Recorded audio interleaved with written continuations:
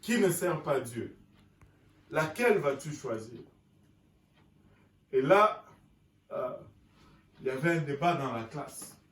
La plupart disaient, ah, je vais choisir la laide parce qu'elle craint Dieu. La parole de Dieu dit, nanana. Et puis il y avait un jeune étudiant audacieux qui dit, moi, pasteur, je vais choisir la belle fille. Et là, le pasteur lui demande, mais c'est quoi ton argumentaire? Il dit, la belle fille, je peux jeûner et prier pour elle, pour que Dieu la sauve. Et éventuellement, elle peut être convertie. Mais la laide, et il s'est arrêté là. En d'autres termes, j'ai beau prier. Bon. Mais la parole de Dieu nous dit ceci. La grâce est trompeuse et la beauté s'évanouit.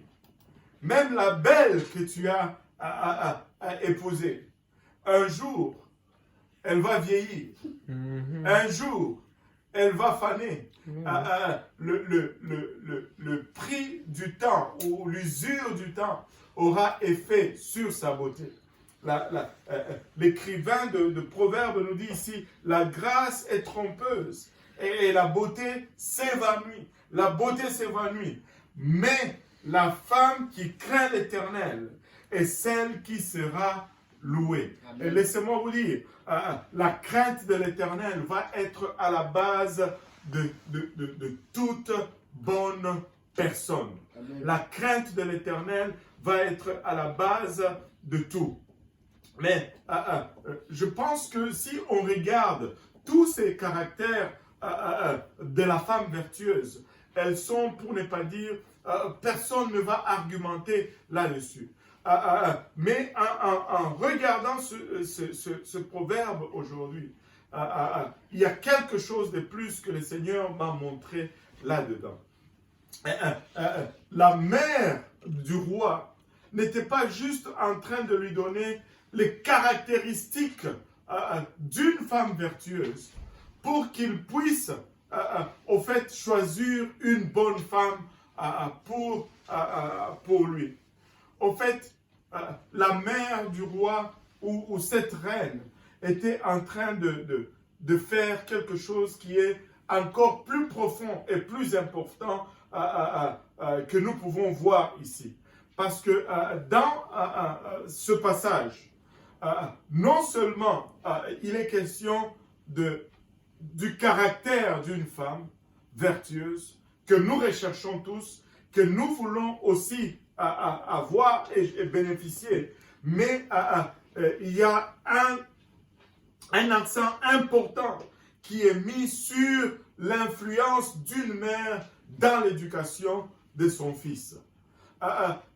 Non seulement la reine est en train d'influencer l'éducation de son fils, mais elle est en train de faire quelque chose de plus important encore. Elle est en train d'influencer même l'éducation des fils de ses fils en lui disant tu dois prendre une femme vertueuse.